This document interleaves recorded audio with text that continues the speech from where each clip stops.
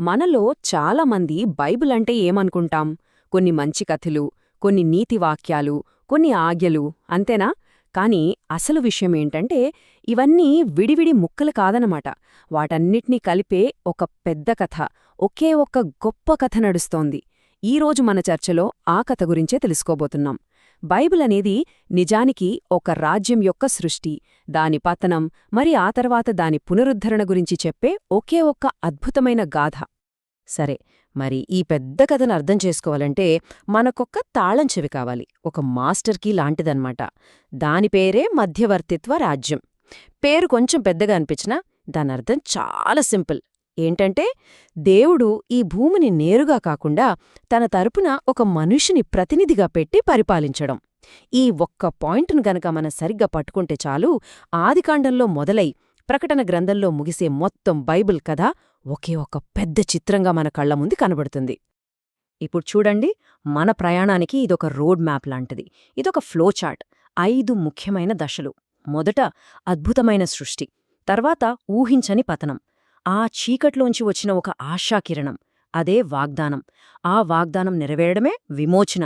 మరి చివరిగా కోల్పోయిన దాన్ని తిరిగి సంపాదించుకోవడం, అదే పునరుద్ధరణ. ఈ 5 దశల ద్వారానే మొత్తం బైబిల్ కథ సాగుతుంది. పదండి, ఈ ప్రయాణంలోకి వెళ్దాం. సరే, ఈరోజు మన చర్చలో మనం 6 ముఖ్యమైన విషయాలు చూడబోతున్నాం. ఈ రాజ్యం కథ ఎలా మొదలైంది, రక్షకుడి వాగ్దానం, కీర్తనల ప్రాముఖ్యత, శిలువ మన జీవితాలను ఎలా మారుస్తుంది, దాన్ని అనుభవంలోకి ఎలా తెచ్చుకోవాలి, చివలిగా ఈ కథలో మన పాత్రేంటి, ఇలా ఒక్కో అంశాన్ని చూద్దాం. మొదటిగా, వికసిస్తున్న రాజ్యం. అసలు ఈ కథకు పునాది ఏంటో చూద్దాం. బైబిల్లో చాలా పుస్తకాలున్నాయి కదా. ఆదికాండం, కీర్తనలు, యెషయా, సువార్తలు, ఇవన్నీ వేర్వేరు పుస్తకాల్లా అనిపించొచ్చు. కాని వాటన్నిటినీ కలిపి ఉంచే ఒకే ఒక్క దారముంది. అదేంటంటే ఒక రాజ్యం సృష్టించబడింది, ఆ రాజ్యం పతనమైంది, కాని కథ అక్కడితో ఆగలేదు. ఆ రాజ్యం మళ్లీ పునరుద్ధరించబడుతుంది. ఈ ఒక్క థీమ్ ఆదికాండం మొదటి పేజీ నుంచి ప్రకటన చివరి పేజీ వరకు ఒకే లైన్లో వెళ్తుంది. అంతా ఆ కోల్పోయిన రాజ్యాన్ని తిరిగి స్థాపించడం గురించే. ఇప్పుడు కథలోనే రెండో భాగానికి వెళ్దాం. అదే రక్షకుడైన రాజు వాగ్దానం. కథలో అత్యంత చీకటి సమయం వచ్చినప్పుడు సరిగ్గా అదే క్షణంలో ఒక ఆశాకిరణం ఎలా వెలిగిందో చూద్దాం. ఆదికాండం 3వ అధ్యాయంలో జరిగిన పతనం అదో పెన్ను విపత్తు. దాని ప్రభావం ఎంత దారుణంగా ఉందో చూడండి. అది కేవలం ఆ 2 మనుషులకే పరిమితం కాలేదు. పాపమనేది ఒక వైరస్లాగా సర్పం, స్త్రీ, పురుషుడు, చివరికి వాళ్లు నడిచే నేల, ఇలా సృష్టి అంతటినీ పాడుచేసింది. బంధాలు దెబ్బతిన్నాయి, జీవితంలోకి కష్టం, నొప్పి వచ్చాయి. దేవుడు స్థాపించిన ఆ అద్భుతమైన రాజ్యం మొత్తం కళంకితమైపోయింది. అయితే ఆ పూర్తి నిరాశ మధ్యలోనే దేవుడొక అద్భుతమైన మాట చెప్పాడు. అదే ఆదికాండం 3:15. దీన్ని పండితులు ప్రోటో ఎవాంజిలియన్ అంటారు. అంటే మొట్టమొదటి సువార్త అన్నమాట. ఎందుకంటే మనిషి ఓడిపోయిన వెంటనే దేవుడు గేమ్ ఓవర్ అనలేదు. బదులుగా ఒకరు వస్తారు, ఆయన సాతాను తలను చితక కొడతాడు, అంతిమ విజయం సాధిస్తాడు అని వాగ్దానం చేశాడు. ఓటమి మధ్యలో విజయం యొక్క మొదటి ప్రకటన ఇది. ఇప్పుడు ఈ టేబుల్ చూడండి, ఇది చాలా ఆసక్తికరంగా ఉంటుంది. ఎడమవైపు పాత నిబంధనలో ఇవ్వబడిన వాగ్దానాలు, కుడివైపు కొత్త నిబంధనలో వాటి నెరవేర్పు. ఆదికాండంలో అన్న స్త్రీ సంతానం దగ్గర్నుంచి 2 సమూయేలులో దావీదుకిచ్చిన నిత్య సింహాసనం వాగ్దానం వరకు, కీర్తన 2లో చెప్పిన అభిషిక్తుడైన రాజు, ప్రతి వాగ్దానం వేలుపెట్టి యేసువైపే చూపిస్తోంది. ఇది యాదృచ్ఛికం కాదు, ఇది ఒక పక్కా ప్రణాళిక. సరే, ఇప్పుడు మన ప్రయాణంలో 3వ భాగానికి వచ్చాం. కీర్తనల గ్రంథం. వాగ్దానమైతే చేశారు, కాని ఆ రాజు వచ్చేవరకు మధ్యలో ఉన్న ఈ ఎదురుచూపు కాలం సంగతేంటి? ఆ కాలంలో ప్రజల ఫీలింగ్స్ ఏంటి? వారి గుండెచప్పుడెలా ఉంది? దానికి సమాధానమే కీర్తనల గ్రంథం. అది ఆ ఎదురుచూపు కాలానికి ఒక సౌండ్ ట్రాక్ లాంటిది. గొప్ప వేదాంతి జాన్ కాల్విన్ కీర్తనల గురించి ఒక అద్భుతమైన మాట అన్నారు. అది మన ఆత్మకు ఒక అనాటమీ క్లాస్ లాంటిది అని. ఎందుకంటే మనలో కలిగే ప్రతి భావోద్వేగానికి, సంతోషం, బాధ, కోపం, ఆశ, నిరాశ, సందేహం, ప్రతిదానికి అక్కడ ఒక కీర్తన ఉంటుంది. అది మన హృదయానికి అద్దం పడుతుందన్నమాట. చాలా నిజాయితీగా పచ్చిగా ఉంటుంది. కీర్తనలు కేవలం యాదృచ్ఛికంగా పేర్చిన పాటలు కావు. దాన్లో ఒక కథ ఉంది, ఒక ప్రయాణం ఉంది. మొదటి 3 పుస్తకాలు ఎక్కువగా విలాపం, కష్టాలు, సంక్షోభం గురించి మాట్లాడతాయి. ఇజ్రాయెల్ ప్రజల చీకటి రోజులను చూపిస్తాయి. కాని 4వ పుస్తకం నుంచి మెల్లిగా టోన్ మారుతుంది. 5వ పుస్తకమొచ్చేసరికి అది పూర్తిగా స్తుతిగా మారిపోతుంది. చివరి 5 కీర్తనలైతే హల్లెలూయా అనే కేకలతో ముగుస్తాయి. అంటే విలాపం నుండి మొదలై విజయఘోషం వైపు సాగే ప్రయాణమిది. ఇప్పుడు మనం కథలో క్లైమాక్స్కి వస్తున్నాం. 4వ భాగం శిలువ మరియు మనస్సాక్షి. 100 ఏళ్లుగా ఎదురుచూస్తున్న ఆ వాగ్దానం శిలువ మీద ఎలా నెరవేరిందో చూడబోతున్నాం. అయితే ఇది కేవలం ఒక థియరీ కాదు. ఈ సత్యం ఒక మనిషి జీవితాన్ని, అంటే అపోస్తలుడైన పౌలు జీవితాన్ని ఎలా తలక్రిందులు చేసిందో ఆ ప్రాక్టికల్ సైడ్ కూడా చూద్దాం. శిలువ మన కోసం చేసిన పనిలో 2 ముఖ్యమైన భాగాలున్నాయి. దీన్ని సరిగ్గా అర్థం చేసుకోవాలి. మొదటిది మన పాపాలకు పడాల్సిన శిక్ష. ఆ శిక్ష నుండి మనల్ని కాపాడ్డానికి క్రీస్తు మన కోసం చనిపోయాడు. ఇది మనల్ని నరకం నుండి రక్షిస్తుంది. ఇది మన గతాన్ని క్లీన్ చేస్తుంది. రెండవది పాపం యొక్క శక్తి, మనల్ని పట్టి పీడించే పాపపు స్వభావం.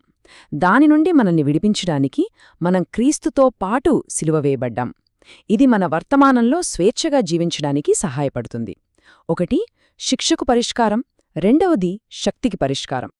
సరే, ఈ థియరీ నిజ జీవితంలో ఎలా పనిచేస్తుందో చూడాలంటే పౌలు జీవితంలో జరిగిన ఒక సంఘటన చూద్దాం. అపోస్తలుల కార్యములు 24వ అధ్యాయంలో పౌలుని గవర్నర్ ముందు విచారణకు నిలబెట్టారు. అతని మీద పెట్టిన కేసులు మామూలైనవి కావు. వీడు ఒక తెగులులాంటోడు, ప్రపంచమంతటా అల్లర్లు రేపుతున్నాడు, ఒక కొత్త మతానికి లీడర్, దేవాలయాన్ని పాడు చేయడానికి ప్రయత్నించాడు. అంటే ఈ రోజుల్లో చెప్పాలంటే ఒక టెర్రరిస్ట్ మీద పెట్టేంత సీరియస్ కేసులు పెట్టారు. ఇలాంటి భయంకరమైన ఆరోపణలు ఎదుర్కొంటున్నప్పుడు ఎవరైనా ఏం చేస్తారు? భయపడతారు, వణికిపోతారు. కాని పౌలు చాలా ధైర్యంగా, ప్రశాంతంగా నిలబడ్డాడు. ఎలా? ఆ రహస్యాన్ని ఆయనే చెప్తున్నాడు 16వ వచనంలో. నేను దేవుని ఎడల, మనుష్యుల ఎడల ఎప్పుడూ నిర్దోషమైన మనస్సాక్షి కలిగి ఉండటానికి ప్రయత్నిస్తాను. అదన్నమాట అతని బదం. అతని మనస్సాక్షి క్లియర్గా ఉంది. అదే అతనికి ఆ ధైర్యాన్ని ఇచ్చింది. ఇక్కడున్న ఐరన్ని చూడండి, ఎంత అద్భుతంగా ఉందో. ఖైదీగా ఉన్న పౌలేమో పూర్తి శాంతితో, ధైర్యంగా ఉన్నాడు. కాని ఆయన్ని విచారిస్తున్న సర్వాధికారి గవర్నర్ ఫేలిక్సేమో పౌలు మాటలు విని భయంతో వణికిపోయాడు. ఎందుకు? ఎందుకంటే ఫేలిక్స్ మనస్సాక్షి దోషంతో నిండి ఉంది. పౌలు మనస్సాక్షి నిర్మలంగా ఉంది. బయట ఎవరూ శక్తివంతులు అనేది కాడు, లోపల ఎవరి మనస్సాక్షి బలంగా ఉందనేది ముఖ్యం. నిర్మలమైన మనస్సాక్షికున్న పవర్కి ఇంతకన్నా మంచి ఉదాహరణ దొరకదు. సరే, పౌలు కథ బాగుంది, నిర్మలమైన మనస్సాక్షి శక్తివంతమైనది అంటున్నాం. ఇదంతా ఓకే. కానీ అసలు ప్రశ్నేంటంటే, దీన్ని మన జీవితంలోకి ఎలా తెచ్చుకోవాలి? శిలువ ద్వారా వచ్చిన ఈ విజయాన్ని మనం ప్రతిరోజూ ఎలా అనుభవించాలి? దానికొక ప్రాక్టికల్ పద్ధతి ఉంది. దాని గురించే ఇప్పుడు 5వ భాగంలో తెలుసుకోబోతున్నాం. ఈ విజయవంతమైన జీవితానికి 3 మెట్లున్నాయి. మొదటిది వాస్తవం, ఫ్యాక్ట్. అంటే దేవుడు మన పాత పాప స్వభావాన్ని క్రీస్తుతో పాటు సిలువ వేసేశాడు అనేది ఒక చారిత్రక, మార్చలేని నిజం. అది ఆల్రెడీ జరిగిపోయింది. రెండవది విశ్వాసం, ఫెయిత్. ఆ జరిగిన వాస్తవం నాకోసమే జరిగింది అని మనం నమ్మాలి, మనసుతో అంగీకరించాలి.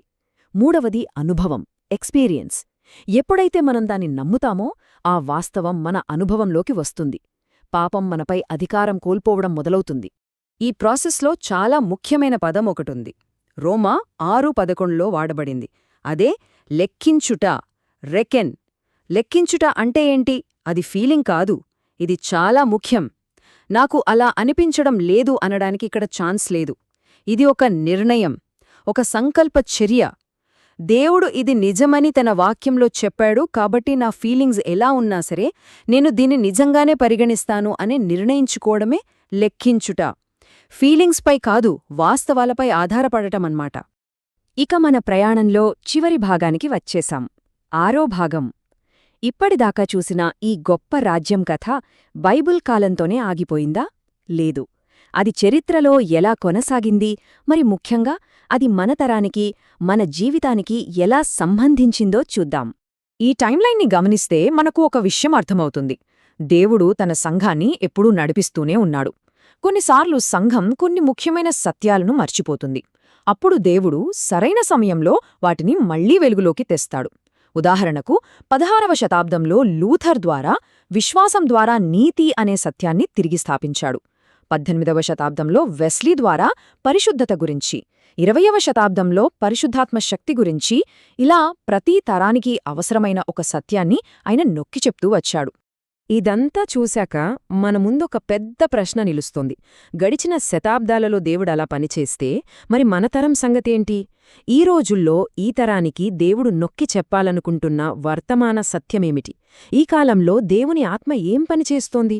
ఇది మనం వ్యక్తిగతంగా, సంఘంగా తీవ్రంగా ఆలోచించాల్సిన ప్రశ్న. కాబట్టి చివరిగా మనం గుర్తుంచుకోవాల్సింది ఇదే: ఆ రాజ్యం యొక్క కథ ఆదికాండంలో మొదలై ప్రకటనలో ముగిసే ఆ కథ పుస్తకాలతోనే ఆగిపోలేదు. అది ఒక కొనసాగుతున్న కథ. మరి ఆ కథలోని